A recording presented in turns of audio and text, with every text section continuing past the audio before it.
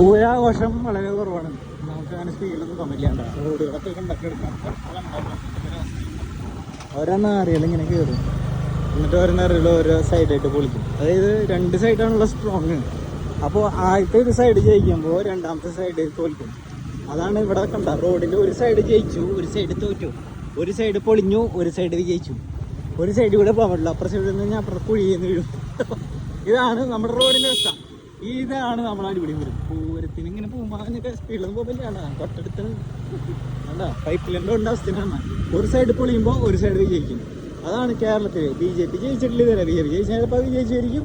പക്ഷേ കോൺഗ്രസ് ജയിക്കുന്നു, കോൺഗ്രസ് ഒരു സൈഡ് പൊളിക്കുന്നു. അപ്പം CPM ജയിക്കുന്നു, ഒരു സൈഡ് പൊളിക്കുന്നു. അങ്ങനെ ഓരോരുത്തർ ജയിക്കുമ്പോൾ ഒരു സൈഡ് പൊളിക്കുമ്പോൾ ഒരു സൈഡ് നന്നായിട്ട് വരും. ഈ റോഡ് മാത്രം എന്താണെന്ന് അറിഞ്ഞൂടാ. ഇതെല്ലാവരും കൂടി സങ്കല്പകരമായിട്ട് മിക്സഡ് ഫ്രൂട്ട് എന്ന് പറഞ്ഞിട്ടുള്ളൊരു സാധനമില്ലേ, മിക്സഡ് ബെറി കണ്ടൊരു സാധനമുണ്ട് ഫ്രീസിൻ്റെ, അതുപോലെ